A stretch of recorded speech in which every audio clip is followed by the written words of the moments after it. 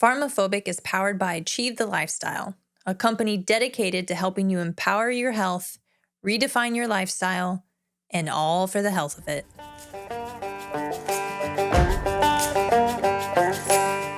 You're listening to PharmaPhobic, where we challenge the state of health in America. I'm Janie, a physician assistant, and I've seen how healthcare keeps people dependent instead of truly healthy. And I'm Dan, a veteran turned fitness pro here to uncover the truth and explore simple and sustainable health solutions. From big pharma to big food, we're exposing the conflicts of interest keeping us sick and finding better ways to take back our health. No fluff, no gimmicks, just real talk, real solutions, and a little bit of fun along the way. Hello there. Welcome to another episode of PharmaPhobic, brought to you by Achieve the Lifestyle, where we help you become the strongest, healthiest, and most capable version of yourself. As always, I'm here with my lovely co-host, special guest in my life and in the podcast, my lovely wife, Janie Brown. I like how I'm a guest in your life. How are you doing today, man? I'm doing great. How are you? I'm good. We also have an actual guest. Mm-hmm. We have Mr. Jose Rojas in the building. I could say that Jose Rojas, but I don't know if people would understand me if I said it like that. Yeah, you know, people always ask me, I say it's Rojas, and I say that I'm Arabic. Because everybody just speaks to me in Spanish first, and I'm like, speak English. You like to troll them like that? Yeah. So Jose's in the building. Jose is a colleague of mine of many years. Mm-hmm. He is a professor of exercise science. He is also a researcher of exercise science. And this is very important, guys. He's also a meathead. Oh, gosh. Lift very heavy. Probably one of the swollest nerds that I know. He's like the Hulk. Yes. Right? So it's Yeah? it's very important because The Hulk is smart. you got the science of lifting, but Right. you also got the lifting. Oh, well, yeah, before. Yeah. So Jose, welcome to the show. Thank you for being here. Thank you. I wanted to talk a little bit of life first because you're also a Marine Corps veteran. Mm-hmm. And I like, first of all, let me pause right there. You have an Army host in this show, and now I'm on my second Marine. Army, what's up, man? Well, we only had, Mike? Mike is the only Army rep that we've had on the Yeah. show. Navy and Air Force, we don't need you guys. Sorry, you don't count. But we're proud to talk to some Marines. So I'm always interested in how people went from the military to what they do now. And I say transcend and include. It's a concept that's out there in developmental psychology. But it's like, hey, I'm not the guy that I was before when I went into the Marine Corps, but that helped me build to what I do now. But also, how did you get into the Marine Corps? Yeah, that's a story. What, were you the first one in your family? Yeah. Well, my grandfather was a general in Colombia, but I don't count that. They're Boy Scouts, right? He was in the Colombian Army? Yeah. Before the guerrillas and everything, so it was pretty chill. Okay. My interest in the Marine Corps was actually, first it was Army. Mm-hmm. Then I decided Marine Corps. It's a bit childish. I like Call of Duty. As an 18-year-old boy, grew up. I actually lived in a Jewish neighborhood, but I went to school in the hood. So, my thought was like, I just want to go do Horvat stuff with my friends overseas. That's what the message they gave us at Hollandale High School. And I just figured, well, I can go shoot stuff and blow stuff up. It looks really cool in the movies. Let me go try it in real life. Right? Of course, as you can imagine, it was a huge, what's the term? It was a rude awakening. Yeah. Okay. Right? It's not, essentially, yes, infantry, but I was a glorified janitor. The barracks cleaning, all GI parties. Mopping the parking lot in the rain. Yeah. Nice. Mopping the parking lot in the rain. Yeah. That's very Marine Corps. That's very Marine Corps right I there. get it. Like, I understand it, but at the same time, that's a great use of resources. Oh. You know what's the thing? I think the hazing, like, although the military has tried to go away from it a lot, I think the hazing, it almost adds to the lore, when you get hazed. Right, like which that. is why I understand that aspect of it, but it's like, I feel like you can do hazing, but also it can be productive. Mopping in the rain is not productive. You're right. That is true. I do agree. The hazing, I think it made me the man I am today. It is sort of certain kind of discipline. Or more so, actually, I'm teaching stress management for my students this term. And one of the things I talk about is the stress in the military, right? If you look at nurture versus nature, really nurtured me to handle stress very well in the civilian Increases world. your capacity. You know, my wife was like, "Why are you so laid back?" I'm like, "It could be worse." Yeah. You know, I'm not getting shot at. Well, Yeah. that's the whole thing we've talked about before in this podcast, the whole Misogi challenge. Like, Michael Easter wrote the book, The Comfort Crisis. We're all too comfortable. If you do something that stresses you to a max, like little things like traffic and stuff don't seem that big of a deal. So on a little bit different, scale, because it's not like you just like did a hard hike, like you were in the Marines, right? But it stressed you out much more, so you can handle a greater capacity of minimal stressors, and it doesn't bring you up to that. Which you need to work in this industry. Yeah. I think for fitness, health industry, like the hours that we work and the chaos of the day and scheduling clients and doing this, you need to have thick skin, right? Yeah, the only thing I think doesn't apply to me was the hiking. My wife loves hiking. She asked me, "How can you be in a bad mood during a hike?" I'm like, "Well." You thinking about the ruck mark? You thinking about having a rucksack on your back? We did a thing, the Power Athlete Collective, and the team bonding activity was a ruck run. Dan was just angry leading up to Probably it. like they put like 40 pounds of chain in a rucksack, in a Go Ruck rucksack, and we had to like run around this freaking But you thing. didn't know that that's what it was going to be before. I didn't know that, but they kept saying, "Oh, we're gonna ruck," and I'm just like, "Ugh!" Like, you're not paying me to put this thing on my back. 100%. Like, Yeah. when I think halfway through my enlistment, Spartan Race and the Tougher Mudder and stuff all became very popular. And they actually made us do it as part of our PT. So like now my friends ask me, "You want to do?" I'm like, "You want me to pay to do what I was miserable and forced to do?" Or like, our friend or my friend Phil, whatever, he did the 100-mile ruck. Nope. Oof. I'm like, I get it. It's a good cause. He raised a lot of money for veterans. I'm like, but if we're doing a 100-mile ruck, we messed up. We're getting punished. This is not like Yeah. Yeah. we're not doing this for any reason. there's other no than positive. hazing. Yep. Yeah. It's the same thing with burpees. I was going to say, anyone who was an athlete and then they go to do burpees, it's like, who messed up? Yeah, it's like, why are we getting punished? And people like paid to do burpees for their fitness. Now, what year did you go in? What year did you enlist? 2008, straight out of high school. I remember the day too because my mom was like in tears. Yeah. Right. I actually went in open contract. I didn't go in infantry, which was pretty lucky that I got into infantry, I guess, because it was a waiting list. What's Were you open? 18? Were you 18? I was 18. 18. Well, I started the process when I was 17 and then 18. What's open contract? Meaning they just put you where they need you. Oh, so you're just like, hey, I'm available. Oh, Yeah. okay. So, So you could have been any MOS. I could have been MOS. And, my mom just immediately thought, "Oh, you're going to war." But in reality, in the military, like 1% are actually war fighters. Not saying you won't deploy, but combat MOSs are very, very scarce. And it's even So- harder now. Yeah, because you need like Infantry- 5 or 10 support guys for every one combat guy, something like that. So you said you were lucky to get into infantry. What would be something that you'd be like, oh, that's horrible? Cook. Oh, really? Yeah, mail Oh. clerk. Anything admin, honestly. Because, Okay. again, my reason for joining the military, I had no interest in school. My senior year, I skipped maybe 72 days of That's school. Interesting. I had... And now you're a college professor. Yep. Okay. I got accepted to UF, and I'm like, nah, screw this. I'm going to the military. I'm going to go do cool stuff. So yeah, if you were to look at my 17, 18-year-old self and say, "You're going to be a doctor one day," I'm like, Yeah. That's crazy. that's not me. So That's yeah, so wonderful. I ended up joining. I knew I wanted to do something combat.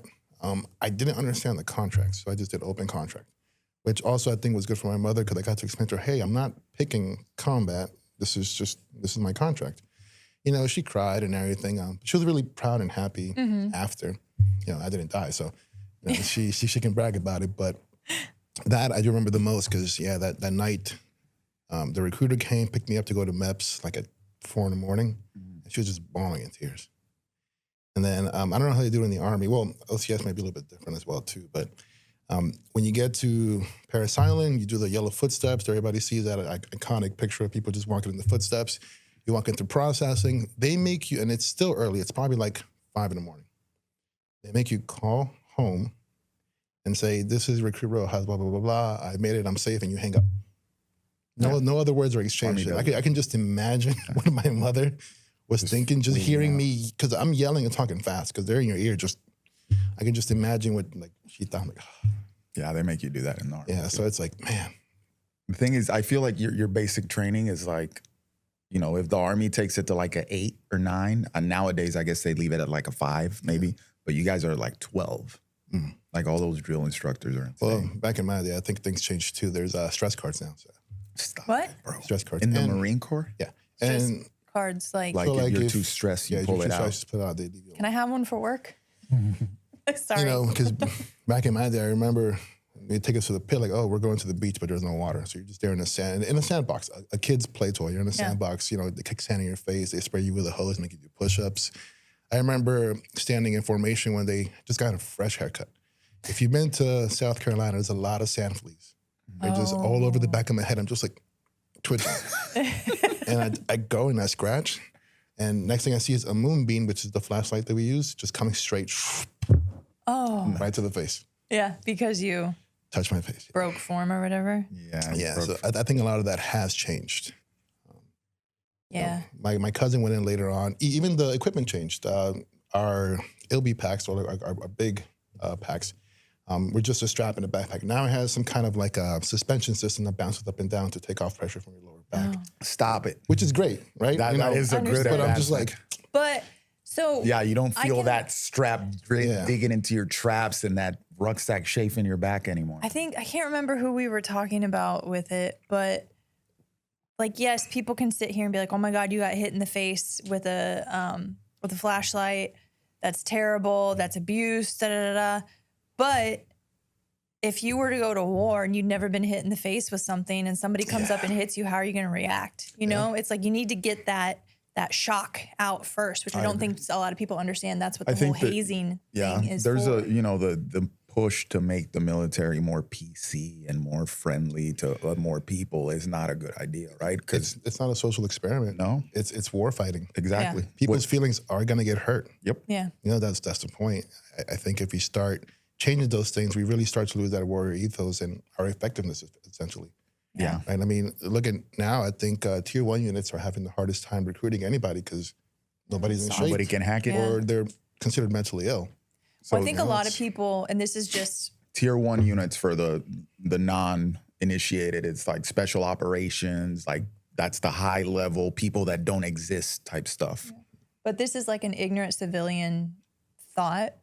Do you think a lot of people are thinking that war is going to be more drones, technological, things like that, so we don't need physical? I think to support people, maybe. I mean, listen, with everything going on now, people are, war is terrible, war is this and that, nobody wants this. Go to a ground unit. Ask these grunts, who wants to go? Yeah. And see the kind of response you'll get. I agree. I mean, it's mostly people who do not fight wars that are saying, oh, you're killing our troops, this and that, which, I mean, yeah, it's war, but I don't think war is a good thing, obviously. Yeah. Yes. But for those speaking out for the grunts saying they don't want this, we didn't sign up for they clearly did. Yeah. Most of them. Yeah. Yeah. I think people like that join the military like that, especially in MOSs like that, like infantry and tankers and combat aviation, artillery, that sort of thing. The majority of them are people that think of war like playing in a football game. They don't want to be the guy that keeps the warm-up suit on and just stands on the sideline. They want to go play, right? I see. And a lot of it is, it's youth. And some of it is ignorance for sure. Like you're 18, 19, the lieutenant might be 25 years old. Oof. The company commander might be 28 years old, and you're just young and like, we're macho men. So, which, I think it's a lovely thing, right? We need that. So they want to go do the thing, that's why you join. It's like, oh, I'm all this training. I want to do the thing, right? Yeah. And if you're gonna do the thing, you can't be playing patty cake. It's gonna be rough, right? Yeah. So 08 was a good year. That's when I say a good year, I mean that's the surge, right? Like if you joined in anywhere from 2003 on, you knew you were going to combat. Maybe it stopped around 2011, 2012. No, because Afghanistan, Camp March, got raided. It was 2012. I deployed Afghanistan 2012, so it was surging in Afghanistan. But you knew you were going. Yeah. I mean, I joined 2008, got out boot camp, which is 10 weeks for us, roughly 3 months. Then we get. I chose. You can either go home for a 10-day leave, or you can go straight to SOI, School of Infantry in Camp Geiger in North Carolina. I went home, and then I did my School of Infantry. And then I got sent to the fleet, Camp Pendleton, thank God. My second option was Hawaii, but I'm glad I didn't go. And then, before I could legally buy a beer in this country, I already fought 2 wars. Really? So you 2 deployments before you were 21? Actually, I turned 21 overseas. Nice. Yeah. How long were your deployments? 7 months. 7 months? That's different than the Army? Oh, yeah. That's Army's- long for them because those years, like 08, we were doing 15-month deployments. Okay, yeah. And they were doing 7, which is extended. It's usually 6. Oh. And then Why is Marine so much shorter than Army? the justification is that they don't have the infrastructure to sustain combat for that long. Okay. They're more like quick in and out, like expeditionary. Okay. And we are the ground. We have that robust logistical infrastructure to hold ground. Okay. They're like HQ for us. Gotcha. Yeah. Okay. We're also tougher than Marines. I mean, listen, Delta Force is the top special operations unit in the world, and it's not in the Marine Corps. The That's Navy, an it's in the Army, yeah. Yeah. But Those they are the take guys. from everybody. So you get MARSOC guys that cross over there. Yeah, and that things is like true. that. Certain SEAL teams do that as well, too. You actually can apply for SEAL school when you're in the Marine Corps. But obviously, if you fell out, you could put back in the Marine Corps. Okay.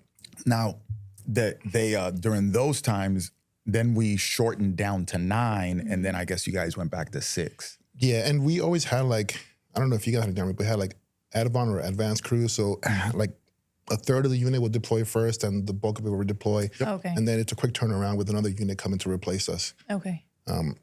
Yeah, I mean, it's changed a lot, since World War II, because I think when they used to send full deployments for the Marine Corps, take, what's it called? When we were talking to the Japanese, I think the Marine Corps lost the entire 3rd Marine Corps Regiment. Peleliu, because of the coral reefs. The entire regiment was pretty much decimated, just trying to get onto the island. Oh, yeah. So I think they, are probably trying to spread things out a little bit better. Where'd you go first? What was your first deployment? Iraq, which was Camp Cupcake. By the time I was in Iraq, I mean, we had Burger King, Subways, basketball Oh, my courts. Oh goodness. yeah, no, we had. Oh yeah, It was yeah, nice. yeah. We had Were you in Al Asad or were you? Yes, I was in Al Asad, and we had a nice little Lego basketball court, play basketball every day. So were the Burger Kings staffed by civilians contracted with the military or by military? Yeah, civilians. They're usually Filipino or African. Oh, okay. And they staff them with civilians. You said you were in Al Asad the whole time? Yep. You didn't go out to the BPs like Rawa, Al Qaim, In Iraq, all of that. we kind of just sat in the wild, I think, almost the entire time. So I deployed to Al Asad 07 and we came back 09. Very familiar with Al Asad. But then I went out to Rawa and then I had people in Hit and Al Qaim, all around that western, all the way to the border with Jordan. Is that Jordan or is that Syria? I think Al Qaim is in the border with Syria. Yeah. But how was that deployment? Anbar was kind of quiet in 08. It's my first deployment, so it was really scary at first. I never shot at someone, never been shot at for real. But I think my friends made it a lot easier, and the fact that it was so relaxed at the time made it a lot easier too. I'm grateful for the experience, specifically Iraq, just because it wasn't when we went to Afghanistan, there was nothing. We had to establish everything. There was barely any running water. So here I came to pretty much what you would consider a college campus. I mean, what I would compare it to. But it was really good because it was my first time ever to the Middle East. It was my first time ever on a combat deployment. I've done detachments, but mostly training before. And I got to meet a lot of cool people. I got to work with the Royal Marines, got to work with the Canadians. So that thing that was Royal really Marines, is that Britain? British. Okay. Yeah, British Dan. Yeah, British Dan was a Royal It's Marine. hard, really? It's Yeah, hard he to was a tell, Royal but he was a Marine. Royal He was a Marine. Royal He was Marine? a Royal Marine. Yeah. I did not know that. Yeah. Interesting. And tough dudes too. They're pretty cool. He's so quiet. Yeah, they're pretty cool. Yeah. He doesn't let people, he sounds Australian because he lived in New Zealand, Australia for forever, but he's not. And he just kind of keeps himself vague. It's you don't know. When we were in Iraq, though, the really cool thing was the attached air wing unit, which HMLA 469, which was a rotary unit, so Hueys and Cobras, and they gave us joyrides on the Hueys. Oh, cool. It was really, really cool, but I'm really bad with motion sickness. Oh, no. Yeah. And they're trying to mess you guys up. The pilots, they'll turn off the blades and then turn it back on. Do like a little death fall. I was looking at sheep running in circles, and I ended up getting sick, and I threw up. So it was bad. And then we got a joyride in a Cobra. So obviously the CO was doing the joyrides. He was the pilot, and it was the gunner seat. The cool thing about the gunner seat is the helmets are specifically laser grafted to the pilot's head. So wherever you look, the main gun aims. Oh, that's cool. So that's so cool. Yeah. No, that's really cool. We didn't get to shoot it, but it is cool to. I was in Rawa, and this is funny because the Marine Corps, when you guys go, you rough it. So you being in Al-Assad is probably like, oh my God, this is so cool, right? Because you had everything. But you went out west to like Rawa, it was all like SWAT huts and tents and a big old dust bowl. Like we'd get sandstorms, and I could see you're sitting there and you're like, oh, I'm inside, I'm good. And then you shine a light and you could just see all the dust coming into the SWAT hut. It's terrible. It's probably why I can't sleep anymore. But anyway, they had like a firing range right outside the cop, and the Cobras would swing by in the middle of the night and just test fire their guns on that stuff. Oh, okay, it's a Cobra. Okay, I think that might be more why you can't sleep than the dust. But anyway, no, some nights I slept through that. But it's pretty at night to see.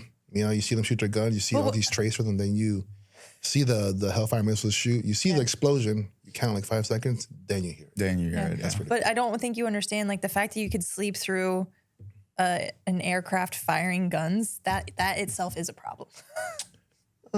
No, bad. I mean, it's convenient. It's an adaptation. Yeah, it's an adaptation. It's an adaptation, correct? But it's an adaptation. Good for that, not for civilian life. Yeah, my platoon sergeant was like, he was older. He's one of those guys that got out and then there was war and he came back. He's like, oh, I want to go to war. So he came back and he's like, sir, you didn't hear that stuff last night? I couldn't sleep. And I'm like, what are you talking about? They were going off. No, yeah. I mean, all you need is a good rock. You can sleep. I think the only noise that ever woke me up was probably mortars. Yeah. So most people need like white noise and rain to sleep, and you guys need like. Like all is good in the world. So in that deployment, anything like crazy happen, or was it just a pretty chill, like a good pretty soft chill. intro? We did a couple of FIST teams, which is you gather different Marines from different units. You get like your non-combat Marines, and they get their little joyride, which is thinking back as an adult, with a fully developed brain, it's kind of dumb. Your joyride is potentially getting shot at or blown up. So people got blown up a lot. Not a lot of people got shot during that time. Fortunately, none of us. We didn't see any of that stuff. We had a few firefights, but nothing crazy. Right? We weren't kicking down doors. We weren't doing anything. Luckily, it was more like presence patrolling at that time, right? Yeah. I mean, again, it was super, super chill at the time. Yeah. It did get a little bit worse after we left. And then it goes up and down. Yeah, they had this pattern, like triangular pattern back then where they would kick off in Baghdad and then they do a clearing op, kick them out of there. They come north and west to Anbar, and then you kick them out of there. Then they go up north to Mosul and just kept playing like that for 20 years. Nice. Yeah, I think Mosul was pretty bad during that time, but we never went. Huh? Yeah. How do they prepare you? And if you don't really want to talk about it, it's fine. But obviously we talked about the hazing and stuff like that, but how do they prepare you, and either of you can answer this, for shooting at somebody, possibly unaliving somebody, people shooting at you? How do they, because obviously you can't like shoot at your people you're training with, right? Yeah, so we have simunition rounds, but again, it's not the same thing. It's literally pain. I mean, do they give you any sort of like, I guess, like, do they talk to you about like how to mentally think about it or wrap your head around it, or it's kind of no, you're going to figure it out when you go over there? I think they do, but it's very poorly done. Okay. You have, again, another maybe 25, 20-year-old sergeant, staff sergeant, giving you a motivating speech, going to go out there, going to go fight war. You guys are ready. They'll say something silly like, rah. Yeah. And that's it. Yeah. Like, all right. But I think when you're young, and I don't think anything will prepare you for it. Right. The first time, like, I had to go out and shoot at someone, it was pretty scary because I'm thinking, oh, I'm going to get in trouble. This is a sin. This is the crime. Right. After like the second or third time, like, okay. Yeah. I mean, still a lot of anxiety, still a lot of fear of being so young, but I didn't think I was doing something wrong at the time. At first, I'm like, yeah, this is Like my mom would not approve of this. You know? It's funny that's what you're coming from a Hispanic family. Like, Yeah. you know no, how I much get that it, means. yeah. damn, mom's not gonna like this. What did Mike said something that one of his higher ups told him, remember? Oh shoot, I can't remember, but he told him something. This wasn't preparing. This was after they were already there. Oh, that not many people are gonna do this. Yes. They're like the experience that you have and to actually do it for real. Because there's people that join the military and put 20-year careers in, you know, they come in and retire and they never go to combat. Yeah. And then, you know, you got the opportunity to do the job for real. Yeah. And, you know, a lot of people might have, oh, you're killing and all this stuff. But it's like, listen, the guys that joined and go do the fighting, they don't have a say in this, right? You're obeying orders. This is coming down from the commander in chief. That's what the nation wants to do at that time. And you just go do it. And you find your little... joy's not the word, but you know, you make the best of it, right? Of a terrible situation. Yeah, I think one of the methods that I use a lot, and it's a little bit morbid, but you can't think of them as people. You have to disassociate them. I think that's Because my wife asked me, like, does it ever bother you? Like, you think about all the stuff in the past, you know, like these people. I'm like, listen, everybody's a son. Everybody could be a father or a brother.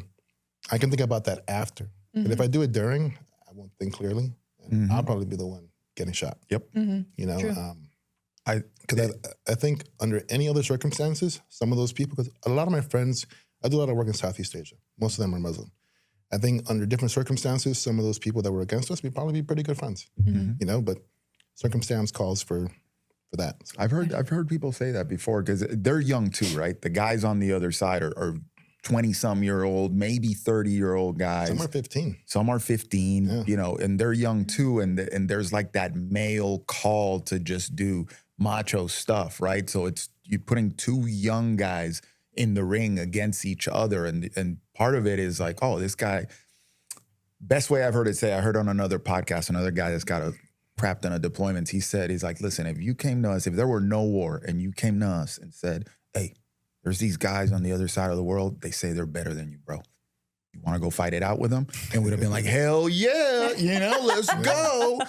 So that's what it comes down to, right? It's a bunch of young people fighting each other for almost like shits and giggles at that point, you know? Sometimes I think about, just because I, you know, listen to some similar podcasts that you do, they talk about war, some of the books that I read, and just how war has evolved. So it used to be, now whether this is 100% accurate or not, but just what I've read, where the leaders would fight each other and then whoever won would win. That was like that was an option. Yeah, like Middle Ages and that sort of thing. Yeah, you put your best guy against their best guy. I didn't only get that from Game of Thrones. I read that somewhere. Okay. Yeah, but that'd be great. Yeah, right? So that, and then now it's like people fighting, but now it's like introducing drones and technology to fight for us. But then it comes to the part where at least it's, you know, with firearms, it's man versus man. Both sides are going to make errors. The room for error gets less with technology. And now how do we feel that a robot is killing a bunch of people without discrimination? That's the issue. I think we've made very conscious choices not to shoot at someone when we probably should have. Right. A robot won't do that. Exactly. Yeah. You know, that person is maybe still alive. I don't know. Yeah, and so some people are like, well, it's better if robots do it because then our people aren't getting hurt. But then it's like, you know, to me, it's complicated. Well, so, I think it decreases the price.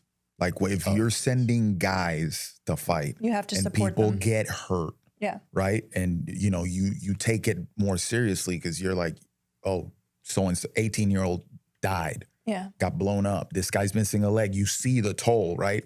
Versus if you're just sending drones in, the price is less. So it makes it easier to do. Yeah. You know what I mean? That's true, because one guy can fix 10 drones, right? Yep. Yeah, it reduces the price. Therefore, I think it would make warfare more a quicker option. Right, but then it also reduces the sacrifice. Yes. But, you know, throughout the ages, people will think about it before going to war because the toll, the price, you're going to lose young men. No, I agree with you. I'm just thinking. Yeah, that's what I'm saying. So we're commoditizing war now, you know, because we're turning it. I mean, it already is. It already is. Yeah. I mean, you know, we met probably a couple companies made billions off the Iraq and Afghanistan war, but KBR, Halliburton, but if you're cheaping it, you're making it even cheaper to go kill people, right? Whereas before, it's like, I have to train these guys. I have to feed them. I have to clothe them. And then I have to make sure that they're ready to go do this job. And then when a couple of them get hurt, he's like, do I want to keep this going? It makes you think about it more, unless you're, I don't know, Dick Cheney or something. You're like, yeah, just keep it going. Yeah. And now let's take a quick break. Have you heard about collagen and how amazing it is for your skin, hair, nails, digestion, and joints, but have no clue which one to choose? I've been there. A few years ago, I stumbled upon Bubs Naturals, and let me tell you, I've been hooked ever since. Here's why I swear by them. Bubs Naturals keeps their quality standards sky high from the start to finish. Their collagen blends perfectly in coffee, or really any other beverage you love. Plus, they've got convenient to-go packs so you can stay on track wherever life takes you. And it doesn't stop there. They'll donate 10% of all of their proceeds to charities that support veterans. How awesome is that? Oh, and they've leveled up their electrolytes too. The mixed berry, that's my absolute favorite. It's light, refreshing, and not overly sweet. What sealed the deal for me? Their electrolytes are NSF certified, made right here in the USA, and just like their collagen, every purchase helps give back. So do your body a favor, head to bubnaturals.com and use my code JANE20 at checkout for 20% off every time you order. Tired of looking like you lost a fight with a powdered donut every time you work out? Yeah, I was too. That's why I ditched the messy chalk and switched to Chalkless. Chalkless is a new, clean, residue-free grip enhancer that goes on in seconds and lasts for hours. No clouds, no cleanup, just a rock-solid grip. Whether you're crushing it in the gym, dominating on the pickleball court, or hanging on a rock face like Spider-Man, Chalkless has your back. I even hit my 350-pound deadlift PR at Summer Strong using Chalkless. Locked in, zero slip, total confidence. Ready to level up your grip game? Head over to chalkless.com and use code JaneBrown to snag 10% off your order. Yeah, it's definitely food for thought, right? Like the logical, sane person in me says, no, it's a good thing. We, reduce the amount of loss we suffer in this. The jarhead in me is like, no, I want to do the shooting. Like, let's go. Yeah. But it's logic versus emotion. Yeah, interesting. I read a fiction book about AI, the use of AI, the use of technology, things like that. And then but then if it messes up, who's responsible? So say like a drone kills like a school bus full of kids.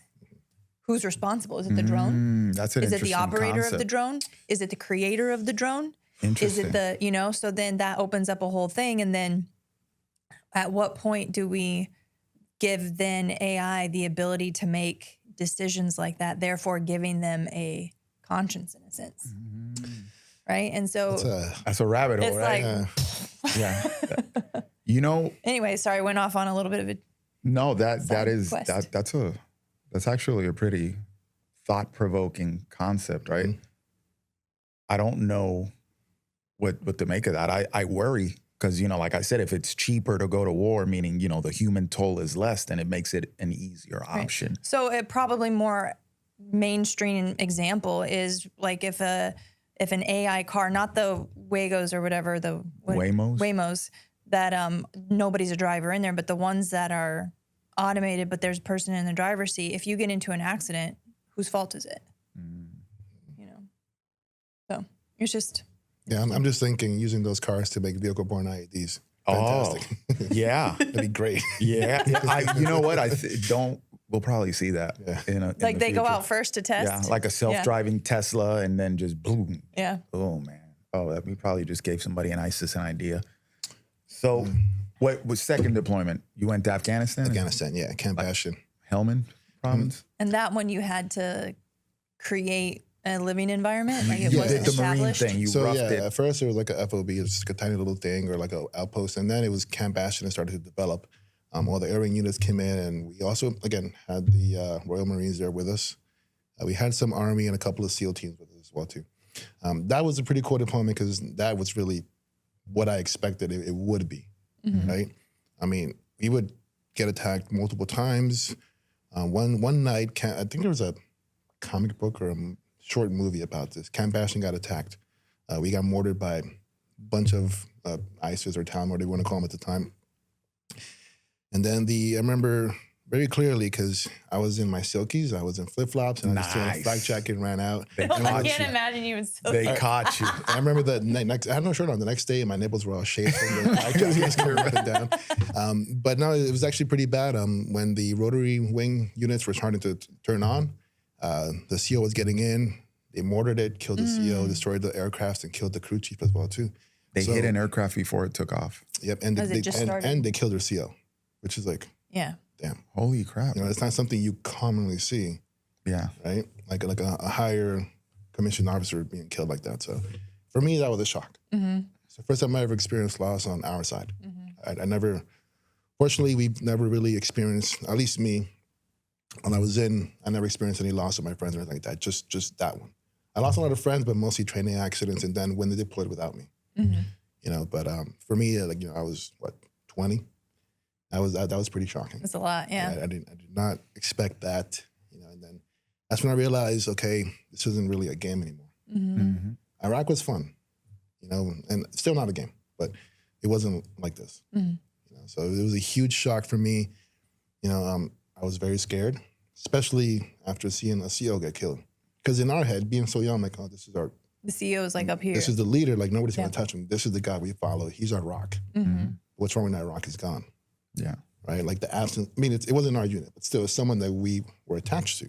Yeah. That was our, you know, they would drop us off and on. When, Yeah. That whole thought though, if he goes down, what does that, yeah. what can happen to him? You know, yeah, I understand. It's like the absolute leadership. I mean, they have an XO, obviously, you know, for that purpose, but still, it's, I notice a difference in culture with officers. It makes sense to me, right? Because the Marine Corps have a more of an old school situation with the officers. Like, you guys are very separated by the ranks, like, oh, staff NCO and above, ooh, officer and above. And the officers are very centralized, like they hold a lot of power in the unit. Whereas in the Army, you know, the lieutenants and the company commanders are more like, oh, whatever. That's just another guy, right? Like, yeah, you're making command decisions, but it's very decentralized in nature, and you don't really put too much effort into separating the ranks like the Marine Corps does. you know, and speaking of like those higher commission or higher enlisted, maybe you can speak to this too. And it's always, at least the guys in command are the guys who either have no combat experience or are just not out there, period. You know, so when you call for like a, you know, close air support, right? Or a danger fire mission and they deny it, you're like, Yeah, they don't know what you're bro, feeling. you're not here. Yeah. Or they'll be like, well, we need a quiet entry, right? Which we don't kick down doors. We need a quiet entry. I'm like, I'm pretty sure this building is full of explosives or full of whatever. I'm like, you want us to just knock?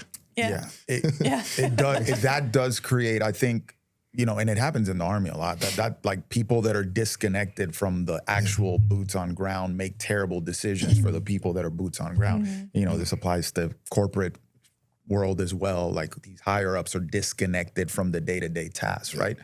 But when you like centralize power so much on in that officer structure, or even the senior NCO ranks, but even the senior NCOs in the Marine Corps, I kind of noticed that they were hesitant to make decisions without the CO.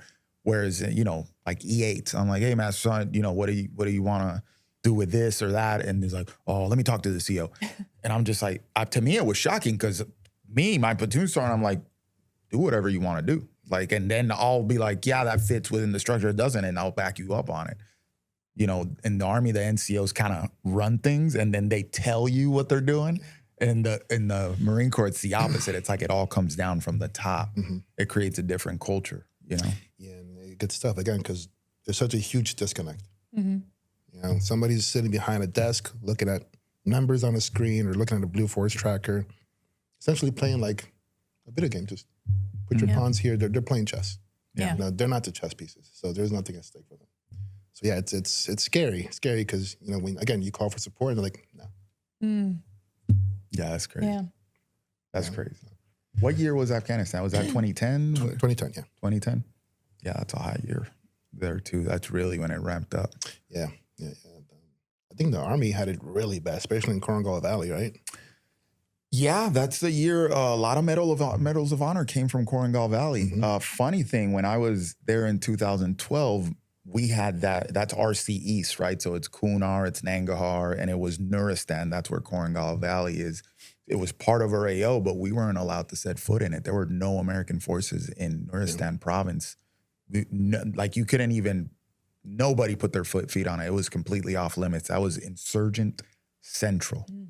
Like it's hot. And it was because of that butt whooping from 2010 that they pulled everybody out of there. Yeah, and one thing I can only conceptualize because I didn't join earlier to fight an actual military, but fighting what we'd call terrorists, right? You don't know who's who. Yeah. There was a lot of like the Iraqi security forces, turning on the Americans. Whether like that was crazy. Like you would think, okay, we're helping you out, but at the end of the day, you're like, can I really trust this person? Yeah, you deployed right after that, was it? Yeah, so the green on blue, those are the green on blues, like Afghans turning on Americans. Those started like 2011-ish. Even 2010, it really started to ramp up. And then I got there 2012, where it was like at the height of it. So yeah, and then I went on a freaking mid-team to work with Afghans every day. And that was in the back of my mind the entire time, like working with these guys every day. I'm like, I don't know what can happen here. And we did some stuff too. Like my boss in that deployment, he was not all there. This dude was, he was a colonel, like a full bird colonel, really high ranking dude, but he was whacked out on, this dude was insane. So we did stuff that I was like, yeah, I don't think we should be doing this. But whatever, I'm here to tell the story now. But yeah, that was always scary. Were you guys embedded with Afghans too? Shortly. Briefly. Like Afghan army? Mm-hmm. Yeah, that was the high risk one. It was Afghan police was like what you'd suspect the most, and then Afghan army, like, I don't know these guys. Yeah, because it was the Wild West. Again, there was nothing out there. Rest of Iraq, they were establishing a community, right? Yeah. So it was a little more, I guess, or a little less worrisome, but it's still present. There's still always that thought in the back of your head. There's definitely very different ideals. Yeah, I think the fighting was very different too, because I tell people this, I'm like, the Iraqis were more like a hit and run, and the Afghans are where they wanted to fight. Yeah. Like they sustained firefights, and you're like, how are you still here? And they keep going and going and going. Yeah, because they would attack Camp Bastion multiple times, and they would never succeed other than the mortar strikes, which they didn't technically succeed. They just took out a CO, but they're just sending waves and waves, and like they're getting mowed down, but by the towers. I'm like, how do you stop a mortar attack? Is there ways to counter it? There's stop it mid fire off. Or? Yeah, there's technology, like you have these blips. I don't know. Did you guys have this that can tell you where it's coming from?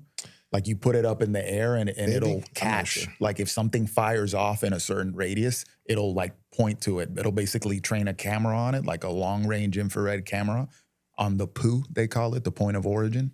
Poo. And a poo. It'll train the camera on it. So at least you can send somebody out there to see what happens. Now they have these things that are pretty interesting. I guess they have them in Kuwait and stuff, that it's like, looks like a Star Wars turret, where if something fires off, it intercepts crazy. it. Okay. I've seen those. Yeah, I think it's a dram. It's what it's called. It's amazing. What is so it shoots down the mortar, basically? It shoots down the thing midair. And it's like a big old machine gun. It looks like a Star Wars turret. It's insane. They shoot like an insane amount of rounds per second. It's crazy. And it intercepts the round in the air. Yeah. And it's like laser guided. Radio or like remote control. Yeah, it's an automatic, right? Like, did you guys have Crow systems? Yes. So before, you used to have a gunner in the turret. Then later on, by this time, you went to a Crow, which is the gunner is inside, and this thing, like the machine gun scanning, picking up movement by itself. Okay. And then it fires if it hits something by itself. And you're like, oh, it was a goat. Yeah, like it's exactly. Yeah, that sort of thing. Yeah, that's the downside, but at least you don't have anybody behind the turret, right? Getting blowed up for nothing. Interesting. But yeah, these guys in Afghanistan, it was crazy that they would just keep going and going. It's like, bro, this is futile, but they're going. Yeah. And going and going. I think opium, maybe. Could be. Yeah. Yeah. I think my first day in country in Afghanistan was in Jalalabad. I got there at night we were in Bagram first for a couple of days, like doing the in-processing stuff. And then I flew to where my job was we were in Logman. And then that same night, I literally landed and they're like, hey, you got to go to Nangarhar to do this like aerial resupply thing with these Afghan pilots. I'm like, God, bro, I don't even have a room. Still get no. So okay, you go. had to get into a plane or a helicopter or something flown by Afghans to take you somewhere? No, we were training. Part of my job was to like help Afghans plan resupply missions Okay. by air. So there was an Afghan air wing.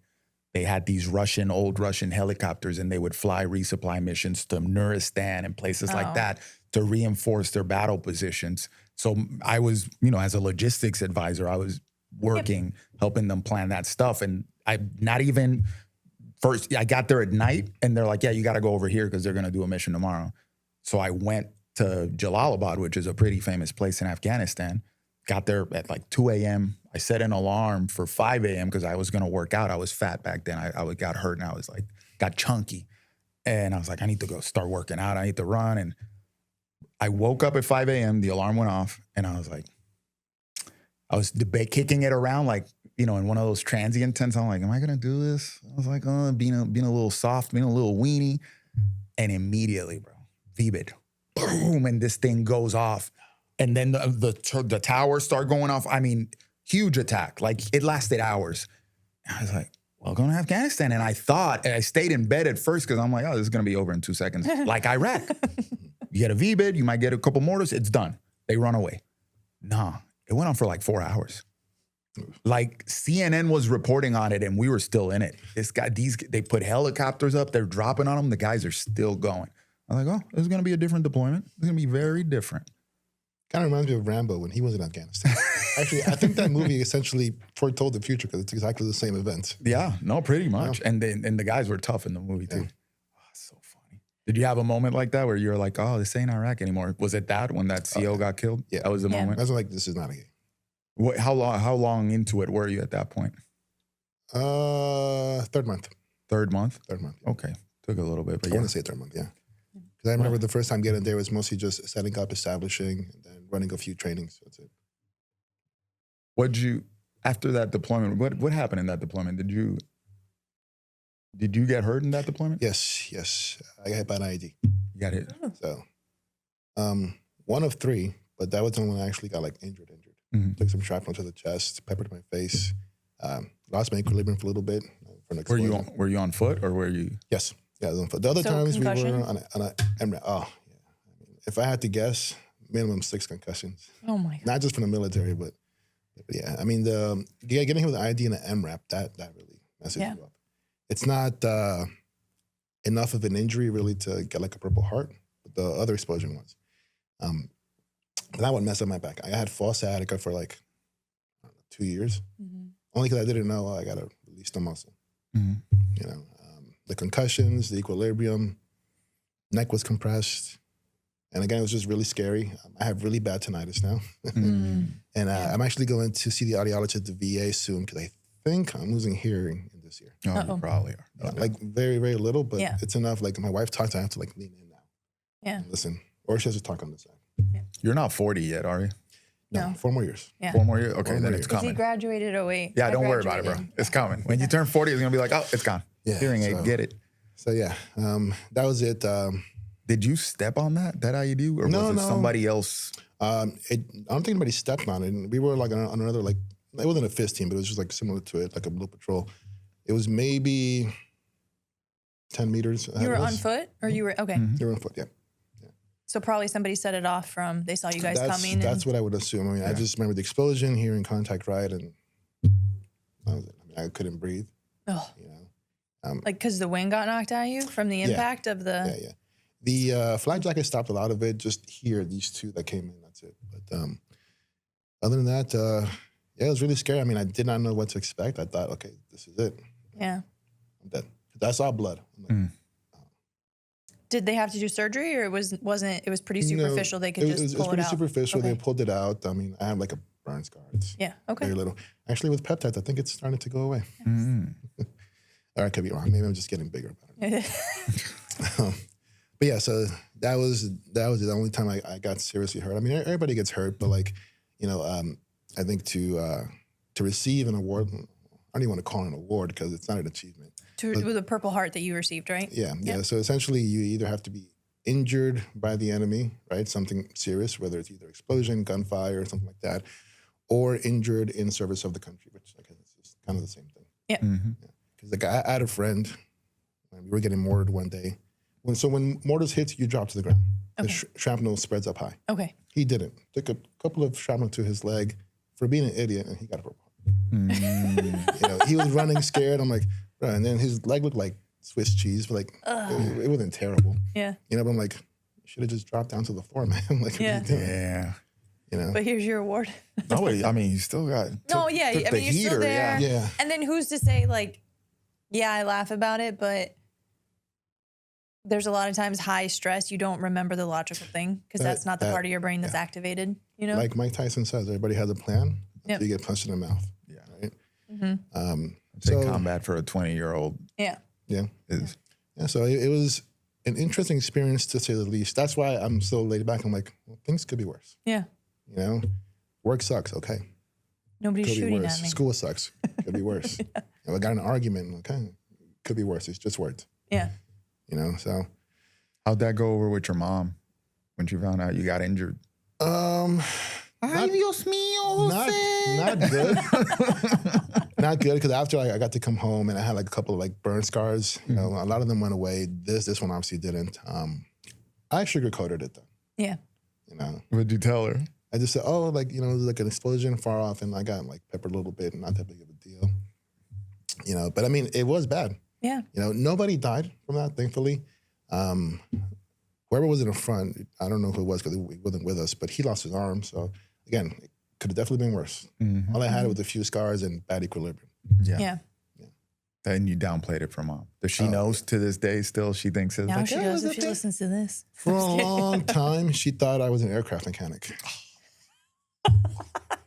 You know? wow. So like, we have family readiness officers in our units, which is like somebody's like an officer's wife, right? And they handle all the family relations, family day, stuff like that. But also when something happens, they're the ones who coordinate as well too with the families. So I'm like, hey, like, if you ever speak to my mom, just, you know, don't let her know anything that we do. Just say that I'm doing good. Like, Let's not use full truths. yeah. You know, let's protect her. She's very, very religious. You know, so you should probably be there praying every single night. So, but everything turned out well. You know, thankfully, because she didn't have to really know everything. Yeah, good. So yeah, that's pretty much it. I mean, mostly to protect her because I know she's not against me being in the military. Again, she was very proud, you know, when she saw me graduate. But you know, no mother wants to see their son in that kind of danger. And why put her through, I can understand why put her through that stress when you can tell her all about it when you're home safe. Yeah. No, I agree. What'd you do after that? When did you get out? I got out 2012. 2012. So after that, I came back, Camp Pendleton. I did a few beer billets. I was a swim instructor, and I was a rifle coach. I actually, so prior to getting out, I was going to extend. And this is kind of a silly story. So I actually went for MARSOC A&S, passed it, did everything, qualified for MARSOC. Ready to sign everything over, and I decided to EAS for a girl instead. Oh. Huge mistake. EAS? But then again, Okay. if I didn't, I wouldn't have met my wife. Yeah. I wouldn't have my pets. You know, I wouldn't probably have gone to school. Yeah. Yeah. Everything for a reason. And you probably could have gone on a deployment and not come back. Yeah. Yeah. MARSOC stuff is heavy, man. Those dudes are badass. Yeah, true. Yeah. They, It's interesting. Like, you know, God moves in interesting ways. It's like, let me put this girl. I know he's going to leave for this girl. She's not going to work out, but don't worry about that. But he's going to leave for this. Yeah. And so when you got out, what'd you end up doing? Did you bounce around regular jobs and then end up in fitness, or? No. So actually, it's funny because my wife jokes. She says that the reason I didn't die is because God knew I was supposed to meet her. Yeah, I love it. So that's the reason I lived, or that's the reason I didn't go to MARSOC, which is the Raiders now. I'm like, okay. Yeah. I mean, I have no complaints there. My life is wonderful with her. Yeah. But after I got out, I still didn't know what I went to do. I knew I had the GI Bill. I went to community college. Did an A in general education. Didn't take it seriously. I failed algebra twice. Nice. You know, college algebra. Or no, I was math. taking remedial algebra, actually.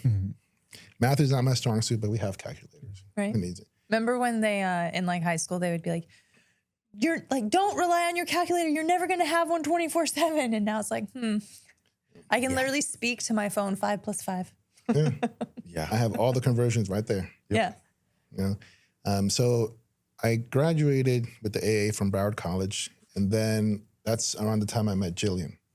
I was my first job was a security guard at Gulfstream Racetrack and Casino. Okay. And then I started getting like contracting jobs for training. I got like this, crappy online training certificate from Nesta. I started training at the beach club in Hollandale Beach. It's a bunch of rich people. Personal training? Yep. Not like rifle training? Anything? No. I have no interest in it. Okay. Yeah. It's I did it for a little bit in the civilian world, but so I did that, and then I ended up working at a gym called Fight Fit Boxing MMA, and this is where I met my wife. She was actually my client, and they're very unprofessional. But so that's how we met, and then she started pushing me to try NSU, which is where she worked at, Nova Southeastern University. And then I'm like, okay, well, I wanted to be a veterinarian, but then I felt bad for putting animals down. I went the pre-med route. Initially, I did all the Think about this records for a and everything. second. You said you felt bad for putting animals down. Yeah. But you go to war to put humans down. I mean, yeah. Yes, it makes perfect sense to me. It's like, dogs I are- punch a guy in the face, That's but a kick tactic a I dog? used. That's So- crazy. So when I led a smoking cessation group for a while, I got to the point where I was like, do you know that secondhand smoke can harm your pets? And people are like, what? Like, who cares about your other people who live with you, human beings, but oh, God forbid, pets, Yeah.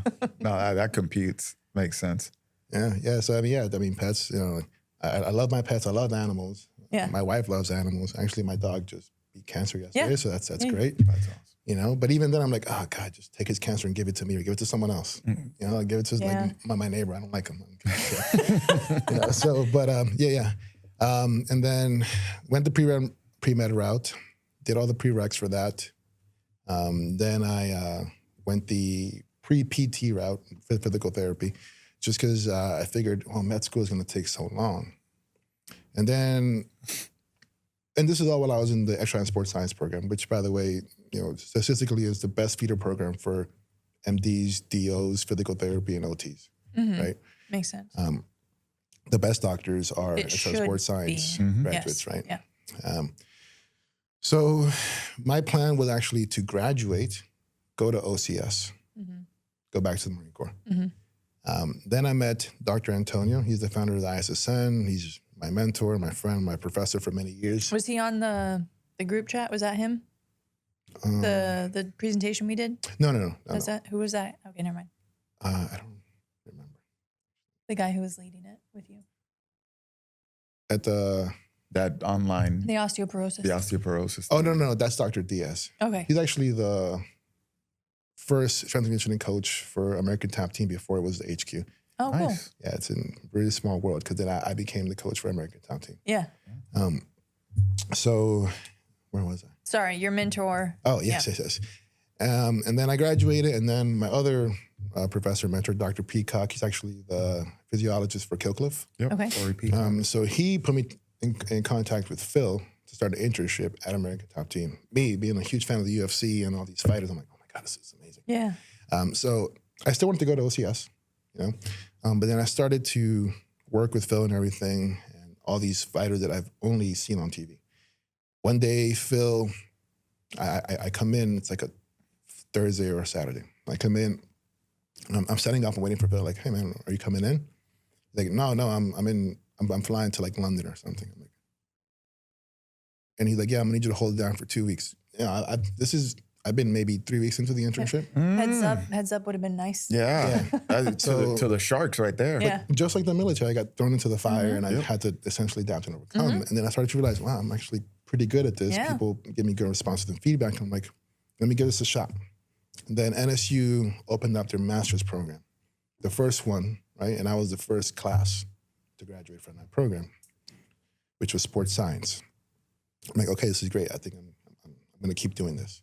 Maybe I'll go the research. At that time, I already started doing research. My first research was on HMB and how it would help fighters for weight cuts or just overall body composition. I think, pause for a second, like American Top Team is a big deal, right? Because I mean, that's to this day, if you know MMA, that's still one of the top teams in the sport, right? They produce a plethora of champions from there. You're looking at, Arlovsky came from there, freaking Joanna Joe and Jake Check, Masvidal,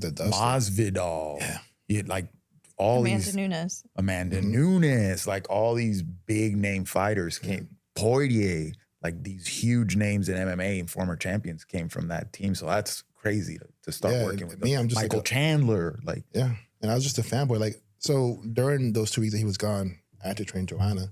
At the time, multiple-time world champion, like the most dominant 115 fighter in the world, probably. I'm just like, I kept it together, but when I got home, I just fanboyed out to my wife. I'm like, oh my God, I had to train Joanna and Jay Check. Like she shook my hand. Yeah. So yeah, it was a really good experience. Unintentionally, I think what Phil did really helped me a lot. That's great. It made me realize, what I wanted to do, and then I'm actually good at this. Yeah. Then after the master's program, Dr. Antonio and some of my other classmates pushed me to pursue a PhD. So the first one I looked at was University of Miami with Dr. Brian Mann. He's the godfather of velocity-based training. Yeah, I've heard of that name. We've met him at Summer Strong. Yeah, very hard to miss. He has a birthmark on his face. Right, big, strong dude. But at the time, I guess the program was suffering. I was trying to get in with the grant. They essentially removed all grants from the program, and he ended up leaving somewhere else. And I think a year was like it was like ridiculous, like 67,000 or something. Yeah, Miami. I'm like, wow. I could, for what, a piece of paper? Yeah, University of Miami's crazy. So I ended up going to Rocky Mountain University of Health Professions, which is a medical school, but they offer a lot of allied health programs. So my PhD is in health sciences with a concentration in human and sports performance. And biggest focuses of my research have always been ergogenic aids or supplements, anabolic androgenic substances, strength and conditioning, and then a little bit of neuroscience specifically for neurosports, right?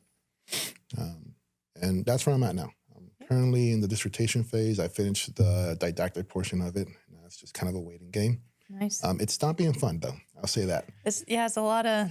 So a how lot of work. you went from skipping 72 days, senior year of high school, Failing college math, to the Marine Corps, 03. So 0311, doing infantry stuff, which people will be like, ooh, caveman, me bad, and then now you're all that academic stuff. Yeah, and I think it's a good balance. I think people should strive for that. I know, like the Art of War, you hear stuff like that, but I'm a firm believer that if we draw too far of a divide from our warriors and our scholars, and we'll have our fighting done by idiots and our thinking done by cowards. Who said that? That's an idiom from. Is it from the Art of War? No, or somebody said is it a Greek? I feel like I've heard it when I was younger, but I think it is a paraphrasing from the Art of War. Yeah. Okay. Because this is essentially for years, like, throughout the history of man, there wasn't a separation between intellectuals and fighters, right? It was the same thing. You had to have. It's a different area of people, like a physical development, a mental development, and everybody invested in everything. So the guys that fought wars were also guys that sought wisdom.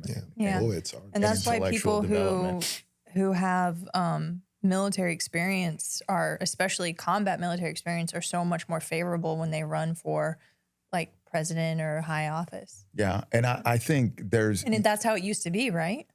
Well, yeah, and if you were going to be king, you had to come up, you had to be a knight first, right? And that sort of thing. This is back to the Middle Ages and that sort of thing, or shoguns in Japan, you came up or the as king a warrior. or the leader was the person who won the war. Yep. Or if you were born to it, like you were going to be, I'm a prince, but you spent a lot of time developing as a warrior before you could take the seat.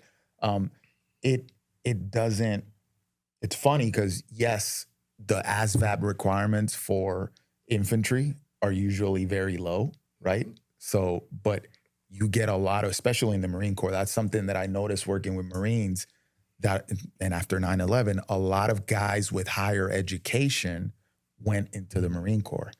And so it wasn't uncommon to meet an E5 with a master's degree. You know what I mean? It wasn't uncommon to meet an E6 that worked on Wall Street before he joined the Marine Corps because he wanted to fight after 9/11 and then, go back to Wall Street afterwards. Jake is a great example, right? He was in 0311, And then he went to work in Wall Street stuff right after. He got a math degree and became a freaking trader, right? And now he's a farmer. But it's something also, supposedly the Marine Corps has the highest concentration of higher education per capita, right? So you didn't know that? I did not know that. Yeah, bro. Supposedly they the always Marine, say they eat crowns, right? Yeah. They talk about you guys eating crayons and stuff, but supposedly you think it'd be the Air Force, right? That they have the most advanced degrees, but supposedly it's the Marine Corps that has the most advanced degrees. I mean, not there's that joke, right? We're dumb, we eat crayons.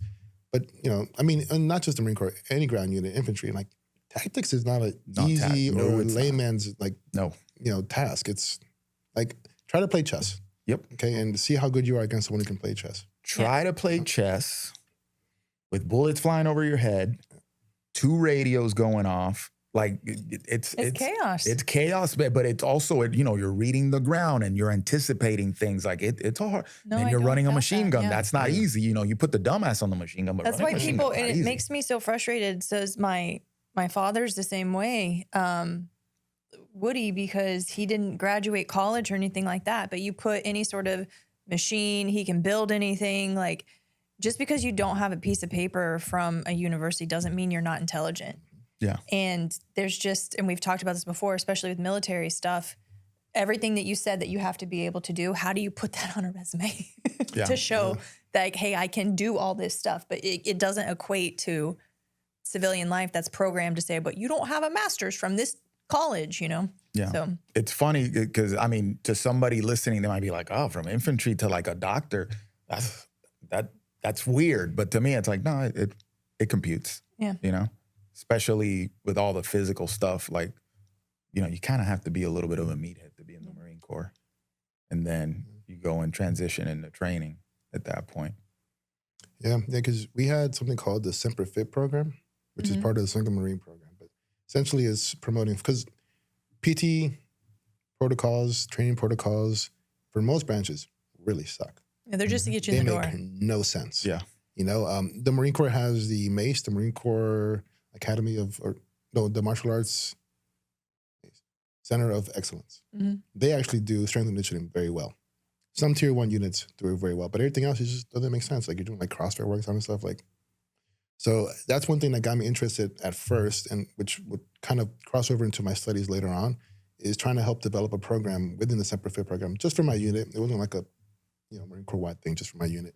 How can we do things better? And one of them was like, maybe don't focus so much on long distance runs.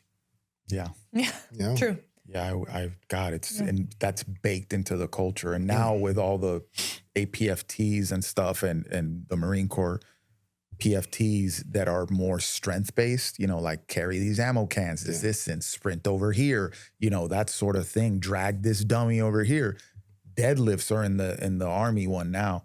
I'm just like, I wonder how they're doing this. Like, how did that shift the culture in any way? Or are guys still trying to go on 10-mile runs at the drop of a hat?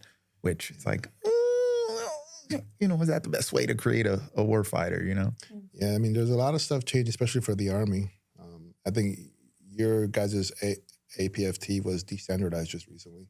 And now they're working. So a lot of the guys from the TSAC, from the NSCA stuff, they work for like those government organizations, and they're trying to essentially restructure the entire PFT you guys have in the Army. They probably should do it for the Marine Corps too.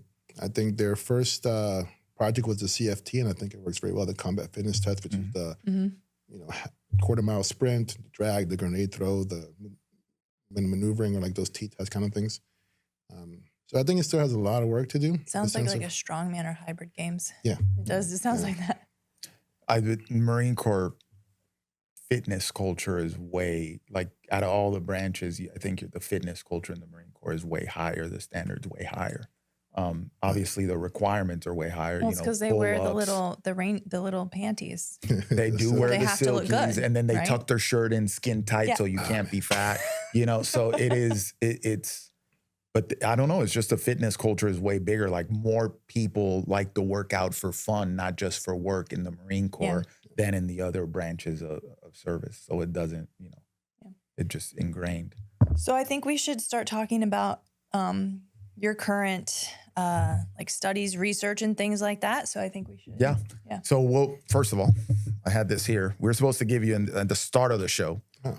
This is a PharmaPhobic shirt. We're starting a tradition for all the alumni of the show. We give them a PharmaPhobic shirt. Mm-hmm. We usually do it off air, but I figured we should do it on air because we never talk about these shirts. They have this thing in the back. This is the thing, and Jose, if you wear this, you only get 2 reactions. You'll get somebody be like, "What are you trying to say?" Or you'll get somebody be like, "Yeah."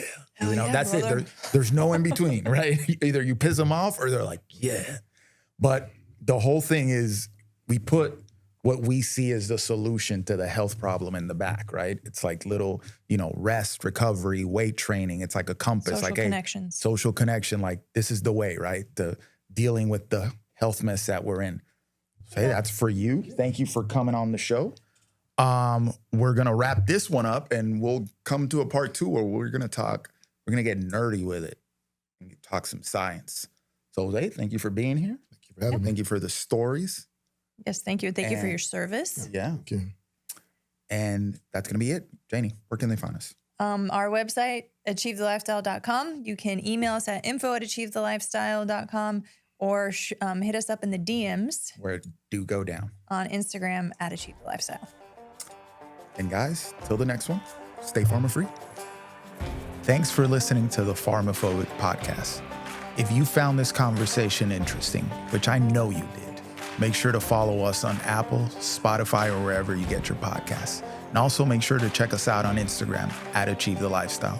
And if you're interested in pursuing a stronger, healthier, more capable version of yourself, check out our website at achievethelifestyle.com. The PharmaPhobic podcast is for informational and entertainment purposes only. The views expressed are those of the hosts and guests and do not constitute medical, legal, or professional advice. Always consult a qualified healthcare provider before making any medical or wellness decisions. While we discuss pharmaceutical, holistic, and alternative health topics, our content is not a substitute for professional medical guidance.